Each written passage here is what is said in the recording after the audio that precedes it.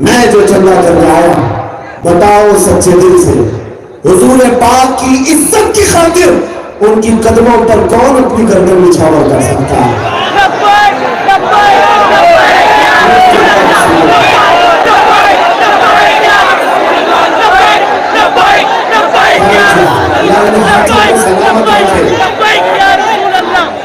اللہ ان ہاتھوں کو سلامت رکھے، کبھی مولا تعالیٰ کسی کا محتاج نہ بنائے۔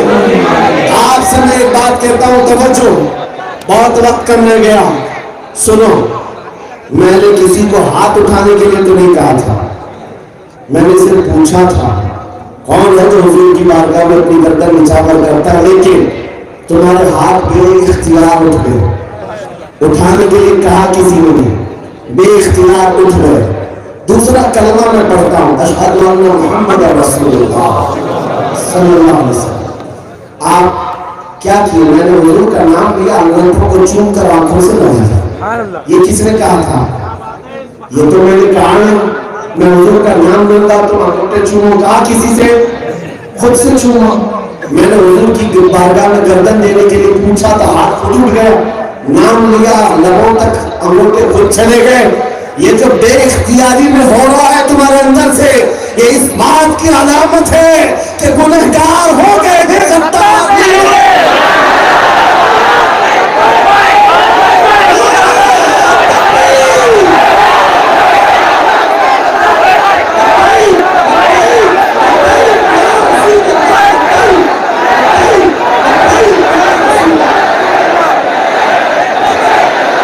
گنہگار ہو گئے ہیں لیکن بارگاہ مصطفیٰ کے غدار نہیں ہے۔ اسی لیے فخر کے ساتھ سینہ چوڑا کر کے میں ہر جگہ یہ کہتا ہوں، میں ہر جگہ یہ بات کہتا ہوں۔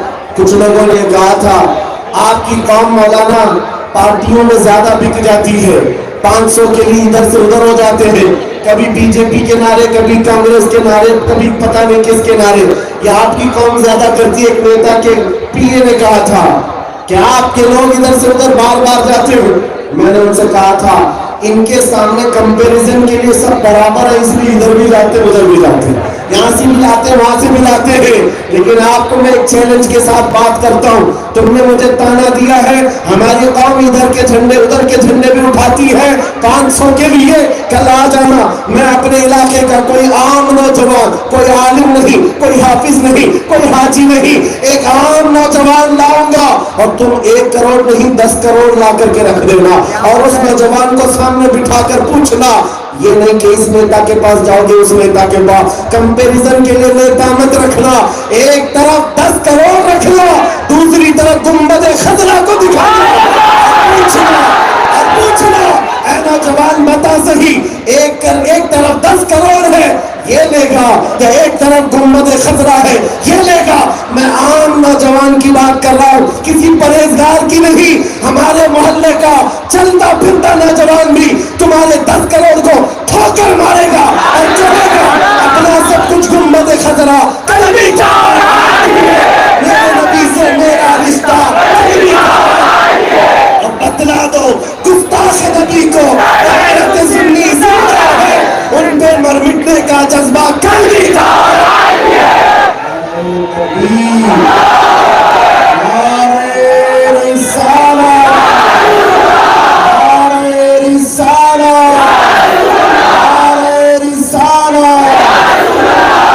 میرے عزیزوں، ہماری بات مکمل ہو گئی۔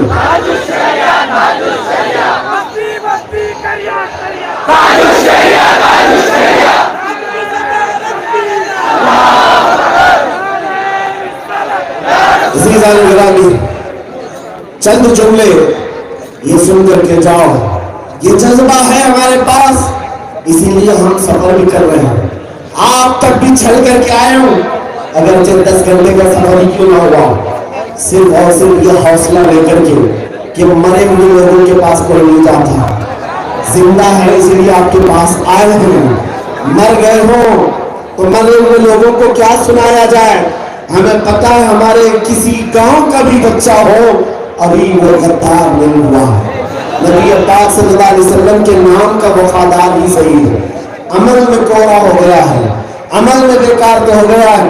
لیکن حضور پاک کے نام پر جان دینے کو آج بھی تیار ہے. بس بات کمپلیٹ کرتا ہوں. وہ جذبہ آ جائے جو بدر کے میدان میں رسول کریم صلی اللہ علیہ وسلم صفے ترتیب دے رہے ہیں. 2 بچے دوڑتے ہوئے آئے اور کہا آقا اجازت دے دیں. حضور نے کہا بچوں کو جنگ میں جانے کی اجازت نہیں ہے. حضور پاک صلی اللہ علیہ وسلم کا یہ جملہ سن کر کے چیخ مار کر رونے لگے. ارے میاں کوئی فٹ بال کا گراؤنڈ یا کرکٹ کا گراؤنڈ کھیلنے کا میدان جہاں بچوں کو روکا جائے تو بچے روتے ہوں گے, لیکن مدینے کے وہ کیسے بچے تھے جہاں جنگ کے میدان میں نہ جانے کے لیے روکا جائے وہ رونے لگے, چیخ مار کر رونے لگی. حضور پاک صلی اللہ علیہ وسلم کو ان کا رونا دیکھا نہ گیا. آپ نے ان سے کہا جاؤ کھڑے ہو جاؤ صفوں میں, اگر تمہارا شانہ یہ صحابہ کے شانے سے مل گیا, کندھا کندھے سے مل گیا تو جانے کی اجازت دے دی جائے گی. لیکن چھوٹے تھے, عمر 13 سال کی 15 سال کی, کہاں بڑے بڑے جوان مجاہد صحابہ کے کندھوں کو لگتے گئے. دیکھا کندھا نہیں لگا, دوڑ کر جا کر پتھر لائے, پتھر پر کھڑے ہو کر اپنے پنجوں کو اٹھا دیا, ایڑیوں کو اٹھا دیا, پنجوں کے بل کھڑے ہو گئے. دیکھا شانے سے شانہ مل گیا, جانے کا بہانہ مل گیا. حضور پاک نے فرمایا جا سکتے ہو. اب آپ کو جو اصل بات ہے وہ میں بتاتا ہوں. وہ جذبہ کہاں سے آیا تھا؟ 13 سال کے بچے تھے. میدان بدر رمضان کی 17 تاریخ کو چلچلاتی ہوئی دھوپ کے دوران صحابہ کرام میدان میں موجود ہے, فاقہ بھی ہے, ہتھیار کی کمی بھی ہے, لیکن 2 چھوٹے بچے میدان میں آ کر مقابلہ نہیں کر رہے ہیں. حضرت عبد الرحمن بن عوف ان کے پاس آ کر کے پوچھتے چچا آپ سے ایک سوال کرنا ہے. وہ بڑے صحابی 10 مبشرہ میں سے حضرت عبد الرحمن بن عوف ان کے پاس آ کر کے بچے کہتے ہیں چچا ذرا یہ تو بتاؤ ابو جہل کس کا نام ہے؟ دیکھا نہیں تھا, کہا ابو جہل کس کا نام ہے؟ حضرت عبد الرحمن بن عوف نے کہا بچوں تم اس کا کیا کرو گے؟ کہا سنا ہے نبی پاک کی شان میں گالیاں دیتا ہے, ہم برداشت نہیں کرتے. یہ بچوں کی بات ہے, ایمان یہ مدینے کا ایمان تھا. سنا ہے نبی پاک کی شان میں بھونکتا ہے. حضرت عبد الرحمن کہنے لگے وہ سردار قریش ہے, وہ قریش کا بڑا پہلوان ہے, تم کیا کرو گے؟ رکے رہو. حضرت عبد الرحمن کہتے ہیں اس کے اثناء میں ابو جہل گھوڑے پر سوار ہو کر سامنے سے گزر رہا تھا. کہتے ہیں میں نے اشارہ کر کے بتایا وہ جو جا رہا ہے وہی ہے ابو جہل. ابھی بات کمپلیٹ بھی نہیں ہوئی تھی, بچے چین کی طرح جھپٹ کر ادھر نکل پڑے. 13 سال کے بچے تھے. حضرت عبد الرحمن بن عوف کہتے ہیں میں دیکھتا ہی نہیں گیا. یہ دونوں سگے بھائی تھے, ایک ہی باپ کے بیٹے تھے, معاذ بن عفرا, معاوض بن عفرا. جب یہ دوڑ دے گئے, ایک نے گھوڑے کی ٹانگوں پر مارا, ابو جہل جیسا پہلوان زمین پر آ گیا, اور دوسرے نے بیٹھ کر کے اس کی گردن کو الگ کر دیا. اوروں نے اگر کافروں کو مارا ہوگا, اس نے کفر کو مارا تھا. اوروں نے جہل کو مارا تھا, انہوں نے ابو جہل کو مارا. لیکن ساتھ میں ایک بات کہو, ان کو چھوڑا نہیں گیا تھا. ایک کافر نے آ کر ان میں سے ایک شہزادے کے کندھے کو تلوار ایسی ماری کہ مونڈھا کٹ گیا, بغل سے چمڑی لٹک رہی تھی, ہاتھ کٹ گیا. دوسرے ہاتھ میں تلوار لے کر میدان میں, یہ نہیں ہماری انگلی کو بھی زخم ہو جائے چلے جائیں گے برہم پٹی کے. ہاتھ کٹ کر کے الگ ہوا ہے لیکن بغل کی چمڑی سے لٹک رہا. صحابہ کہتے ہیں یہ جذبہ دیکھ کر کے ہم حیران رہ گئے. اس نوجوان بچے نے کیا کیا جانتے؟ میدان بدر میں آیا اور آ کر اپنے ہاتھ کو پیر کے نیچے رکھ کر کھینچ کے نکال دیا, جو چمڑی سے لٹک رہا تھا نکال دیا, اور یہ کہا مجھے اس ہاتھ کی ضرورت نہیں جو میرے اور میرے رسول کے درمیان خلل پیدا کرتا ہو, میرے رب تعالیٰ کی رضا حاصل کرنے میں خلل پیدا کرتا ہو, مجھے اس ہاتھ کی ضرورت نہیں. یہ بچے وہاں شہید بھی ہو گئے تھے. نوجوانوں پھر میں آپ سے آخر میں یہ کہنا چاہتا ہوں, انہوں نے اپنے ہاتھ الگ کر دیے, اپنے جسموں کو قربان کیا. وہ نہیں چاہتے تھے کہ اپنے اور نبی کے درمیان کوئی دوری کا سبب بن سکے. تم نے کہاں یہ گانوں کے انبار اٹھا لیے, تم نے کہاں یہ فلموں کی اسکرینیں سجا لی, تم نے کہاں یہ عیاشیوں کے بتکنے سجا لیے ہیں. یہ سب چیزیں ہیں جو تمہیں نبی پاک کے دامن سے دور کر رہی ہے. آج ٹھوکر مارو اور پھر آج کے دن یہ آخری بات ہے, اٹھ کر کے یہ نعرہ لگاتے ہوئے جانا ہے ہمیں, یا رسول اللہ آج یہ خانقاہوں کے میدان میں بیٹھے ہوئے ہر نوجوان کا وعدہ ہے, دہن میں زبان تمہارے لیے, بدن میں ہے جان ہم آئے یہاں, اٹھے بھی وہاں, زمین و زمان, یقین و مقام, چنین و چنان, بنے دو جہان, قوت عشق سے ہر پست کو بالا کر دو, تہر میں نام محمد سے اجالا کر دو. لبیک یا رسول اللہ، لبیک یا